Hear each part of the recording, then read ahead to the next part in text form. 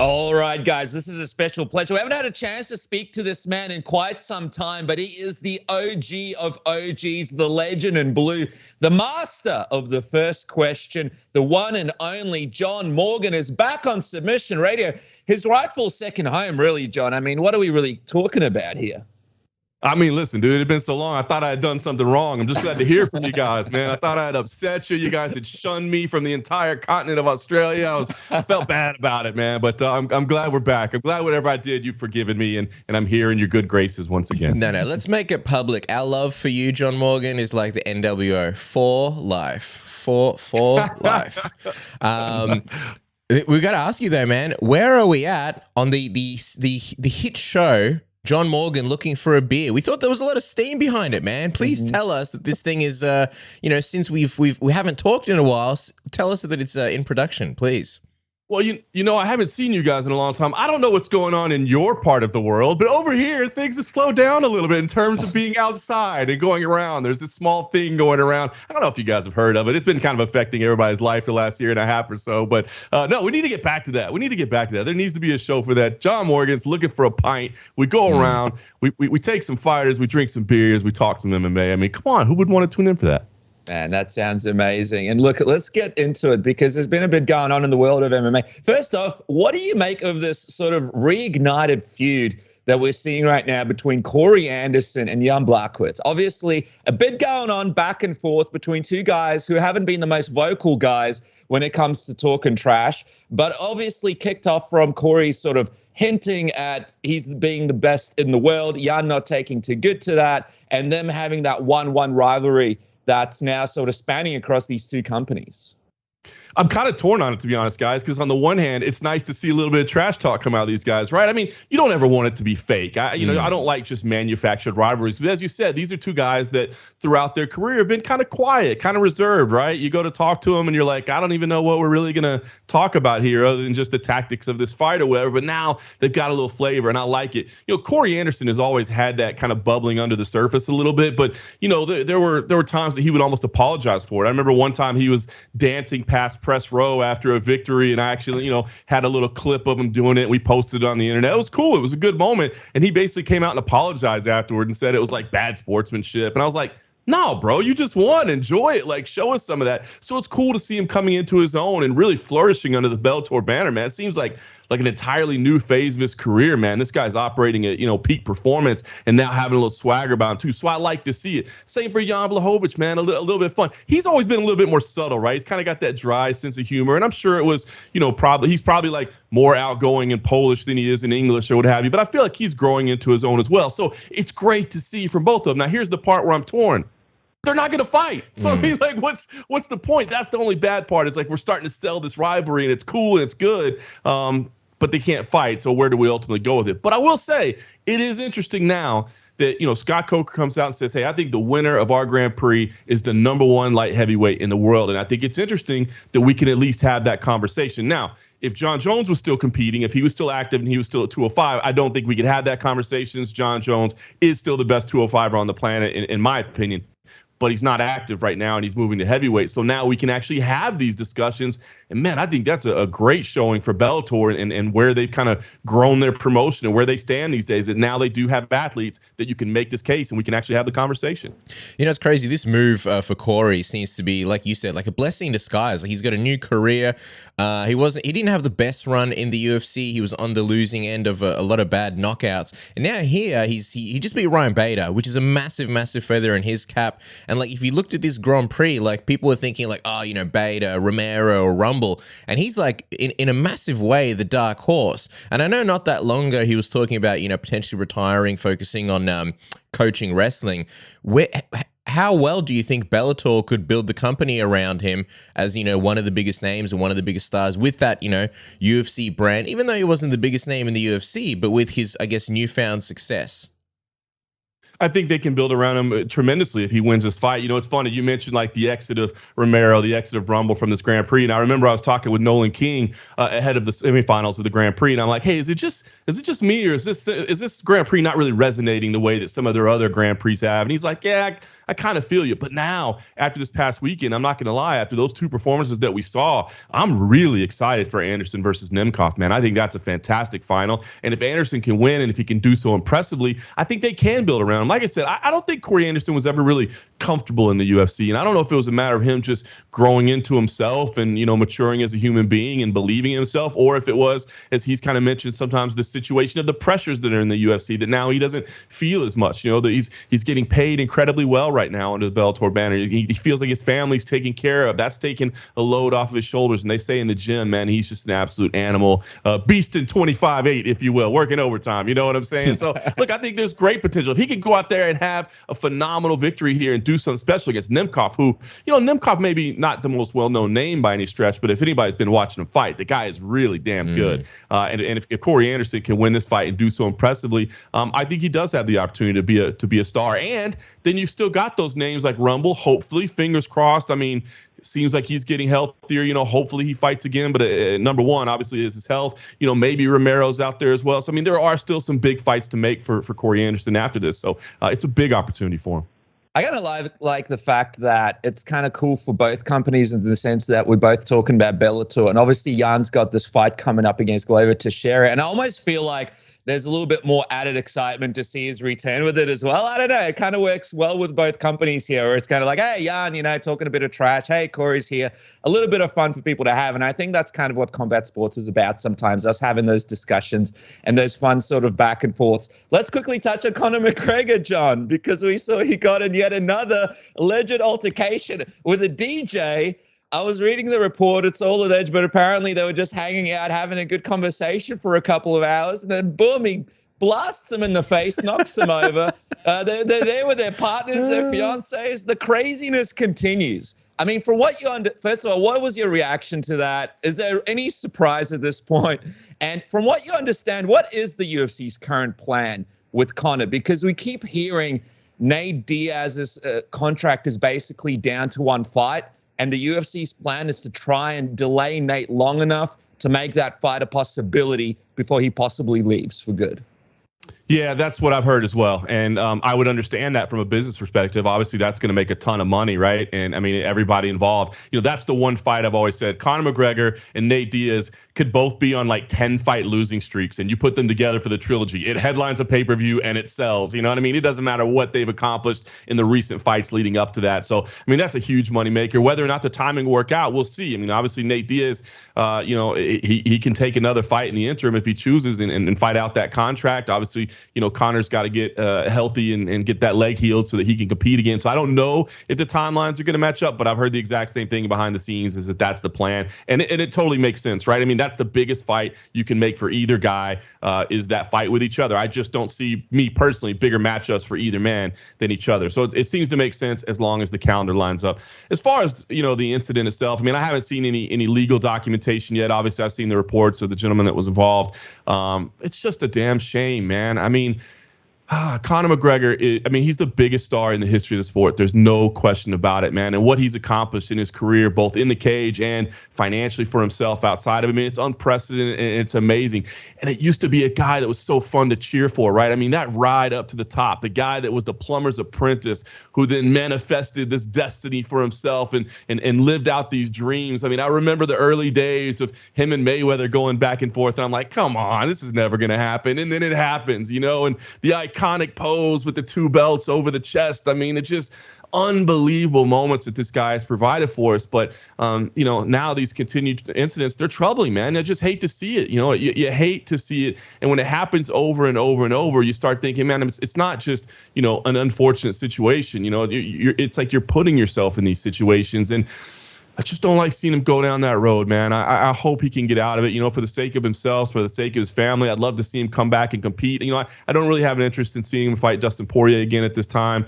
But, again, that Nate Diaz fight and other ones are out there. So, I mean, I still want to see Conor McGregor compete. But, man, these repeated incidents are getting frustrating. Do you think that there'll be a time where we look back on these things kind of lightheartedly. Like somebody reminded me the other day, and this is like sort of in the conversation like Jon Jones, and like, dude, that guy's career is just spiraled out of control. Someone reminded me, dude, Mike Tyson went to jail for rape. Like, and everybody loves Mike Tyson now. Do you think that one day, like, we'll look back on these things and, like, it'll be more like, oh, you know, Conor was just a funny guy. Like, he didn't take shit from anyone. He once punched a DJ just for, you know, whatever. Or he just smashed this guy's phone for whatever. Like, you know, I'm sure, yeah, like, you think about, like, Nick Diaz and Joe Riggs. It would have been a huge deal at the time. And now it's just, like, they're making cartoons about it. The UFC's promoting it. Do you think that that ever happens with Conor, like, in 10, 20 years? Maybe when the book comes out or something? It certainly can, and that's the hope. But that's the thing about these incidents is where do they stop? You know, it's not so much that he punched a DJ, right? Like, okay, whatever. Bar fights happen all the time, man. Go down on the Las Vegas Strip and you can see somebody get punched, and you might even see a DJ get punched. You know what I mean? So it's like, it's not necessarily that incident that's like, oh my God, can you believe he punched? We locked this man up. No.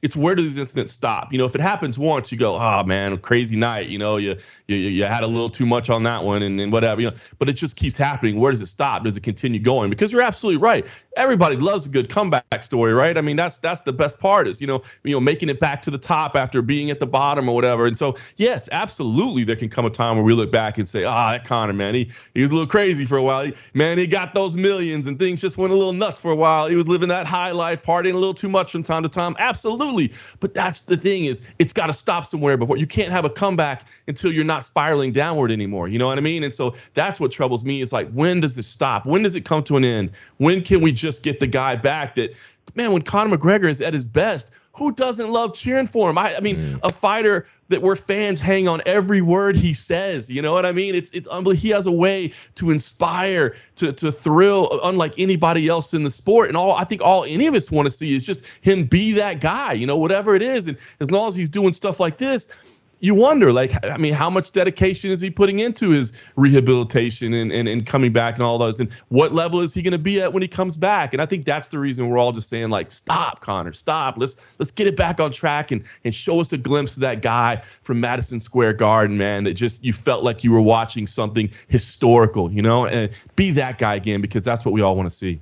Yeah, exactly. And also, like, just be what you are, like, just be yourself, because we see him in the first Dustin fight, you know, in the second Dustin fight, he's shaking hands, kissing babies, you know, he's basically running the country. He's like the president of the United States. And in the following fight, he's circling around the stage, throwing bottles at people. It's like, you know, wife it sent me feels DMs.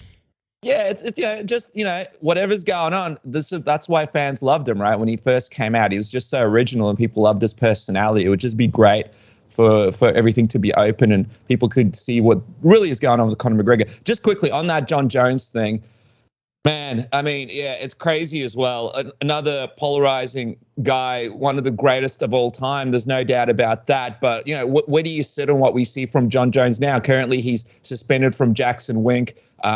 It doesn't look very good in terms of his return. We know that he was so close to possibly making this heavyweight debut. Do you think we see Jon Jones back in 2022? What needs to happen, do you think, for that to even be a possibility? Yeah, I think we'll see him back, to be honest with you. I mean, I don't know how much further the legal stuff is going to go, but I mean, obviously you read from the police report, it already felt like it was kind of being swept under the rug with nobody willing to say what happened. And I don't know that he's going to face a lot of legal repercussions for this. I mean, I think it's certainly been damaging in terms of, you know, the court of public opinion and what people think about him. I feel for him in the fact that he's been, you know, suspended from the gym, but I also applaud Mike Winkeljohn for making that decision. I know it couldn't have been an easy decision to make, but I love the words that were in that tweet that John since deleted it originally, but when he said that, you know, it hurt to lose the respect of someone that he, you know, or to lose the support of someone he respected so much. And I hope that really resonates with him, that those are true. If it really does bother you that you lost the support of somebody who you respect that much, then let that be the wake-up call, you know, because the multiple arrests haven't been the wake-up call. The multiple issues haven't been the wake-up call. So maybe it's the fact that somebody you consider a friend and a mentor had to do this to you. Maybe that's the moment that the light bulb goes off and you go, I can't do this anymore, man. Those around me that are closest to me are now, saying that they don't support me anymore. I know that couldn't have been an easy decision for Mike Winkeljohn to make, but I think it was the right one. And hopefully, again, this is another situation where hopefully this is the moment where Jon realizes, hey, man, this is just dumb for me to go down. I can't keep doing this. It's going to impact me financially. It's going to impact my family. Certainly we're talking about young children, how it impacts them. I mean, there's so many, ripple effects into the decisions that you make. You may think, Jon Jones, the man, may be fine living the way he's living, but it's those around him, that are being impacted by his decisions. So, he says, hey, I recognize the problem is alcohol. I'm going to stay away from it. Yeah, kudos, man. If that's the decision, then hey, that's a step. But it can't just be alcohol. There's got to be other decisions that are made as well. But maybe that is the trigger for all of me. It certainly does seem to be involved every time he's in an incident like this, right? It does seem to be alcohol involved. So that's a tremendous first step. So yeah, I do think we'll see him. It's not like when he's kicked out of the gym, it's not like it was said that and none of the coaches are allowed to work with you or whatever. And it's not like Jon Jones doesn't have the financial resources to secure a training center where him and his coaching staff can come in and he can pay them personally, and all the things there. So I don't think there's really any hurdles to him coming back other than himself. As long as he's feeling good and ready to compete, I think we will see him next year as a heavyweight. I don't think the UFC is really going to take a lot of actions. I mean, unfortunately, that's kind of we do see it every now and then, but it doesn't seem like much is going to go forward in terms of this case with his wife, or his fiance, I should say, not really wanting to be involved in saying that she was struck or anything like that. So I'm not anticipating a lot of legal actions here for Jon Jones. I think we will see him compete again. But again, hopefully this is the incident that maybe ends the string of incidents, and we can see again Jon Jones, in my opinion, I know some people don't like to say it, but in my opinion, the greatest of all time, Jon Jones. I want to see that guy in the cage, man. I want to see him doing this thing at heavyweight. I mean, trying to accomplish historical things. We just want to see these guys compete and do it at their best, and hopefully Jon Jones can get whatever help he needs and can get back to that spot. And the crazy thing about it, Jon, is it's not like a black or white situation where the UFC can say, all right, Jon Jones, you cut, and there's your punishment. Because in reality, even though, that is an uncomfortable situation, he's probably going to have the opportunity to earn even more money outside of the UFC if he is cut. So it's not exactly a punishment. This is what people don't understand. It's not the same as, a lower card fighter being cut and then his possibility to earn big money is gone. A guy like Jon Jones translates into boxing, translates into these Triller cards, translates into these big money cards. So it's not cutting him isn't exactly the punishment that a lot of people believe is going to affect him as much as they think it will. The thing that I didn't like, that's right. Yeah. The thing that sorry, Jon, just quickly, the thing that I didn't like about that tweet is where he was like, oh, it hurts so much and this and that. Like, to me, it felt like it was a bit of a slight on Jackson, on Coach Wink. It would almost seem like Jon Jones was saying like, hey man, like you're abandoning me and you're not supporting me in my time of need. I got the sense that he completely missed the point of what was happening and he wasn't taking any responsibility, and he was just like, oh, but shout out to the guys that are sticking by me. And tell me if you think I'm wrong, by all means, but it almost felt to me like a big middle finger to Coach Wink, saying like, hey man, I'm hurting, I'm this and that, and you're leaving me, but these guys are great because they're sticking by me and you're not. And I didn't like it because it felt like he's just once again not taking responsibility for what's happening. And I just feel like that's kind of been the trend with his career. It's kind of this like, it's never my fault. Oh, it's it's the gas station dick pills. Oh, it's this. Like, oh, I don't know how it got there. Like, he's had some hilarious hearings in the commissions where it's just like, yeah, I don't know, I don't have an excuse, I got no idea. And then there was the situation where, like, with his fiance, and we still don't know the details, so it's like, I want to tread carefully. Like, we don't know what happened.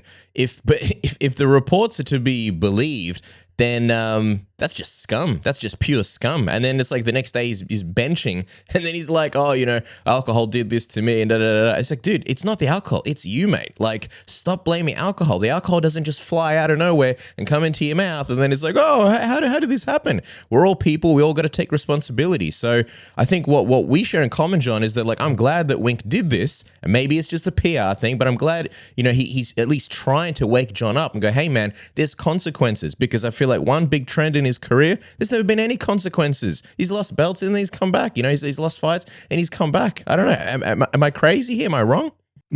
No, you're not. I think you're spot on. I saw a lot of people with the same response, and it was my initial response too, where it's like, are you really taking responsibility? A lot of people say, he was kind of painting himself as a victim, as you said, that this guy abandoned me. So I completely understand what you're saying, and I got that initial impression as well. But then when I look back at those words, I guess maybe I'm a silver lining type of guy that's looking for the best possible outcome. I think, man, if it really does affect you that much, that a guy that you with your own words are saying you respect that much, if he has to make this decision, maybe you'll sit back and think about it. Because again, as you said, he hasn't had to pay any price up to this point, right? I mean, clearly, like I said, the arrests, the fines, the community service, everything that he's gone through hasn't been the wake-up call at this point. So while I completely agree with your take on that tweet, I just kind of looked at those words and I thought, well, maybe that will resonate with you. Maybe when you step back, if what you're saying is true, that you respect this guy this much, and you see he had to make this decision, maybe you will look inward and say, man, what have I done for this man to have to make a decision like that? Maybe he won't, but it's at least an opportunity. It's at least somebody taking a step. Because if you just keep going, as Winkeljohn said, and it's true, if you just keep, well, hopefully it'll get better. You know what I mean? Let's just keep doing what we were doing. No, it doesn't get doing. And what you said is true as well. Again, alcohol does seem to have been involved in every one of these incidents, so it's at least a right step. But again, just stopping drinking won't stop it. You can still make those poor decisions. So there's more to it than that. But again, I mean, I don't want to rag on the guy completely without commending him for at least trying to take certain steps, at least support him. But again, I think we all hope it gets better, because the guy is a tremendous talent inside of the cage, and obviously he's got a family that this is impacting as well. And certainly you don't like to hear anything about issues with violence in the home, whether it be towards a partner or whether it be towards children. We're all just trying to develop the best children we can in the world. And yeah, it made me sad. I mean, if you said we don't know the full incidents yet, but I remember that part of the police report where it was the child that was asking for the police to be called. And obviously, I have a 9-year-old son, and I thought about that, man, like, where would we be in my life? What have I done if my 9-year-old son is asking, yes, please, to call the police on my dad? You know what I mean? And it's heartbreaking to think about, you know what I mean? So, I hope for the best for Jon Jones. And I think your take on the tweet is completely accurate. He's got to take some responsibility. But I guess, like I said, I'm an optimistic guy by nature. And I'm hoping that this is a moment where you step back and go like, man, if this dude that I really respect had to make this decision, maybe I do play a role in it, and maybe I'll make some changes. Yeah, absolutely. And also because it was the night of the Hall of Fame. We also are his family, and we know he brought his daughters with him to fight weeks before. So it's kind of like, I think it's a very difficult situation for fans. It's definitely, at the end of the day, when the Jon Jones autobiography is written, there's going to be a lot of ups and downs, and you just hope that at the end, he's able to get to a place where he can have some kind of legacy outside of what we're seeing today. But just quickly, John, before you talk UFC 270 and what happened to Adesanya Whittaker in the middleweight division, you mentioned legacy, Dennis. Two men that are fighting for their legacy, UFC 268, Kamaru Usman and Colby Covington, the rematch. How would you like to go there for free? Luxury accommodation, free flights, free tickets. How would you like that? Because that's exactly what our good friends at Canadips are giving away. 2 free tickets, airfare, luxury lodging to UFC 268, Usman vs. Covington 2. All you got to do, you don't need to buy anything. All you got to do is go to CanadipsCBD.com, join in the madness, click the link on the homepage, FOTY, which is Fight of the Year. You put your name, your Instagram handle, that's it, and you're in the draw to win. Go there for free. For those curious, Canadips CBD are a smokeless and tobacco and nicotine-free dip alternative with cutting-edge CBD technology from the land of magic, Humboldt County, California. No more rubbing lotions on your thighs after rolling on the mat or sneaking gummy bears into your workout regime. Canadips CBD are fast-acting, calorie-free, and are the best smokeless product on the market. You can now pack fatties anytime, anywhere, wherever you want, and you don't need to worry about bad looks from your co-workers or the old wife. The dip has been evolved forever. Isn't that right, Dennis? That's right, man. And just to clarify yet again for everybody at home, to win this amazing package, there is no purchase necessary. Go to CanadipsCBD.com and click on the Fight of the Year link on the homepage. Drop your email and phone number, and Canadips will pick one lucky winner on October 25th at 5 p.m. PST live on the @Canadips Instagram. And speaking of the Instagram, you can also enter through the Instagram @Canadips. Type it in and look for the blue check verified account and click the link in the bio. Man, Madison Square Garden, one of the biggest cards of the year. You guys could be there thanks to Canadips. And Cass, with the big fights coming up, I mean, we talk about this. We speak about this. We point this out. There is only one place to make some real cash when the big fights roll around, and that is at MyBookie. Guys, if you go to MyBookie today, sign up with the promo code submission, and you guys can make some serious money on this Vettori Costa fight happening this weekend. What about UFC 267? Dan Hooker in there against Islam Makhachev. What's going to happen there? Some crazy odds and opportunities to make some serious cash.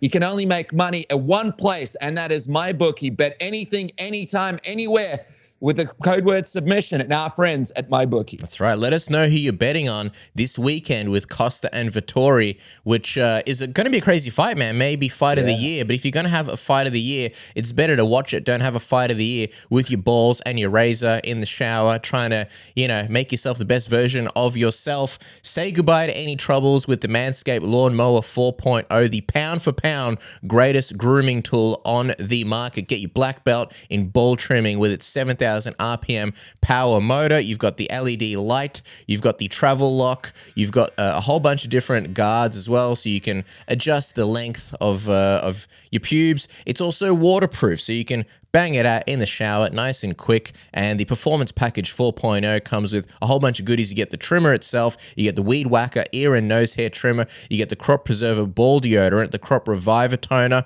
which you can basically carry with you if you're out and about or on a date or whatever. You can go to the bathroom, splash it on, you smell nice and fresh, and then you get 2 free gifts, the Performance Boxer Briefs and the Shed Travel Bag, so you can whack it all together and carry it with you wherever you go. Isn't that right, Dennis? That's right, man. Listen, we're all coming out of COVID. We're all coming out of the lockdown right now, especially here in Victoria, in Australia. And I know a lot of the guys at home haven't had the opportunity to get out and about and get the equipment ready for what's about to come. It's going to be a crazy, crazy summer.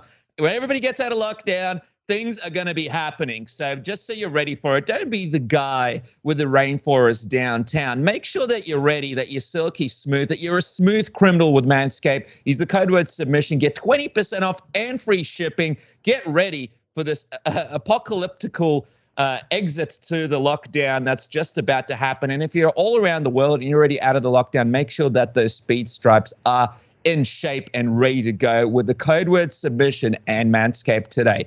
But just quickly, John, before we go to the main event, I got to find out from you, Adesanya Whittaker. We saw that obviously this weekend we've got Costa Vettori, but while we're talking about the middleweight division, we saw that Adesanya Whittaker was targeted for UFC 270. I'm just curious, man, from what you understand, what exactly is going on with that fight? We thought it was supposed to be in January. Why has it been delayed? Is there any particular reason from what you understand? From what so apparently February is now the target, as I guess you guys have heard, and I don't know, I'm hoping maybe it's because they feel like there might be some changes to the world, but good Lord, it doesn't really look like that, does it? And in fact, I'm sure you saw the memo that went out recently to UFC fighters that was advising them that, U.S. travel is going to be restricted for anybody internationally, unless they have the vaccine and they're fully vaccinated. So, I mean, that's a huge impact. So, I got to be honest with you, and it's just nobody's really talking about it, but it's my guess it just has to do with the logistics of all this, because if we can't get international fighters into the United States, does that mean everything goes to Abu Dhabi? And obviously you guys are going to be a lot more familiar with what the situation is down in the Anzac region, but it's tough right now, right? I mean, it's difficult. The logistics, just when it seemed like, I don't know about you guys, but I mean, I felt like this summer, I thought like, hey man, things are improving, like we're getting better, we're going to get back to normal, and now it seems like no, we're not getting anywhere close to normal. So I think this is really the logistics that are going to be, and maybe it turns out that Abu Dhabi is, Fight Island is back on the map, more than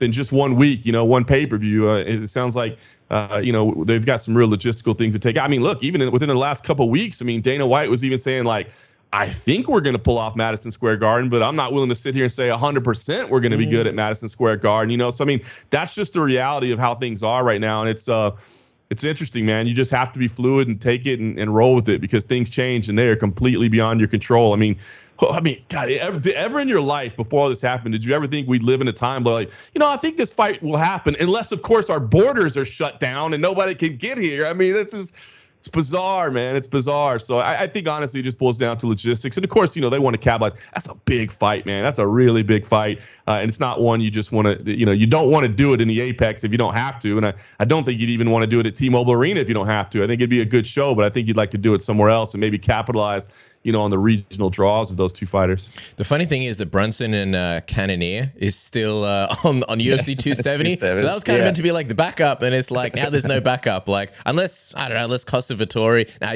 who can you even make on the undercard as far as middleweights? That was the backup, and now we don't have it for UFC 271 or whatever. That's right. Yeah, unless you shift that one too. You know what I mean? Who knows what's going to happen? I mean, again, it's crazy. This just past year and a half of just how cards get floated and moved and things change. And I mean, heck, a positive COVID test in your camp can change everything. You know what I mean? So it's just wild times, man. I cannot wait to be done with this, man. I thought we were gonna be done by now, man. I cannot wait to have this phase of our lifetimes over with. Yeah, and I think it's super disappointing as well because Israel Adesanya, someone that's such an active fighter, yet we don't get a chance to see him fight because of everything that's going on in New Zealand with some of the harshest COVID rules out there that basically stop you from even coming back into the country unless you win a lottery. So it's just crazy over there. I'm hoping this transition to the US means we can see more fights in the future. Final question from us, and then we'll let you go, John. This fight this weekend, Costa Vettori, both guys coming off losses here to Israel, both guys with seemingly a lot on the line, a lot to win here. Paulo Costa, going into the Israel fight, is such a big fan presence. People really saw him as an annihilator. And then after that fight, kind of a bit of a sour taste in their mouth. Vettori, showing that, things aren't over here.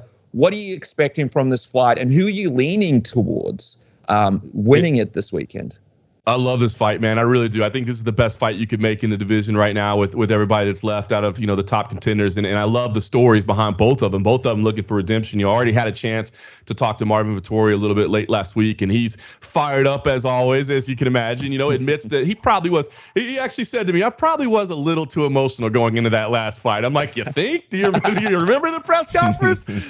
So he's like, dude, that's just me by nature, though. So, I got to dial that back a little bit. He caught a lot of grief. He told me, he's like, I don't think Adesanya was better than me. I don't think he had better cardio or better this. He was just smarter than me, but I don't think he was better. And he caught a lot of grief for that. And I kind of would warn people, like, that's what you want guys to say. You know what I mean? You don't want a guy that's still competing and hoping to fight Israel Adesanya one day to go in there and be like, that dude is just way better than me and I'll never have an opportunity to beat him. I mean, that's not the attitude you can allow yourself to have. So, he wants to get back to Adesanya. He knows it's going to take a little bit. I don't think one win is going to be able to do it. But, the way he sees it is, look, I want to face everybody. He's like, I'll be, everybody in the division. I want to be known as the guy that fought everybody in the division. So if that means the title's involved, if it's not, whatever. He's like, I'll get back to Israel Adesanya. So a lot on the line for him. And Paulo Costa, a lot on the line for him too, because exactly what you said, man. I feel like that reputation that he had built is just like gone overnight in one fight. I don't think people have that fear of him anymore. But the great thing about it is, if Paulo Costa goes out there and just lands a big hammer early on, I mean, the guy still looks the part. You know what I mean? If he can turn in some highlights, I think fans are going to be real quick to jump back on his side as a scary, intimidating guy. And, I appreciate his honesty and what he talked about on Fight Island. I will say, I mean, sleeping over there is an absolute pain in the ass. Those middle of the night fights and the schedule. I mean, it wreaked havoc on us all. I mean, I might have had a bottle or two of wine while I was over there too, if you know what I'm saying. Hey, we've never seen your performance impacted by a bottle or two of wine, though, John. That's true. You get better. Yeah. So I understand where he's coming from. A lot on the line. I don't think either one of these guys is going to get a title shot with this, but it's important because both of them want to get back there. They need to get a win here. So I love this fight. I'm leaning towards Marvin Vettori here, to be honest with you. I think he's got the more well-rounded skill set. I think, the grappling is going to make it tough for him. I think he's got to lean on that a little bit. But, Paulo Costa, if he lands that big shot, he's always got that opportunity. So certainly a great fight. I can't wait for it. I'm leaning slightly towards Marvin Vettori. Don't think it's a number one contender fight. Obviously, Brunson and Cannonier, as you guys mentioned, the backup fight that was supposed to be. To me, those guys still have the inside track on number one. But, the loser here is going to have a much longer journey to get back to the top, while the winner is going to be, remain in that elite echelon of the division. So it's a big one. 100%, man. Guys, make sure to follow MMA Junkie for all your fight week coverage. And of course, follow the OG, the legend in blue, the king of the first question, John Morgan himself at MMA Junkie. John, always a pleasure, man. You've made us realize how much we miss doing these. We took a break from, any of these breakdown analysis, whatever, except pre-fight previews. I think we're going to have to do these more often, John. Thank you so much for your time, man. Always appreciate it. I love it, man. Always a pleasure, guys.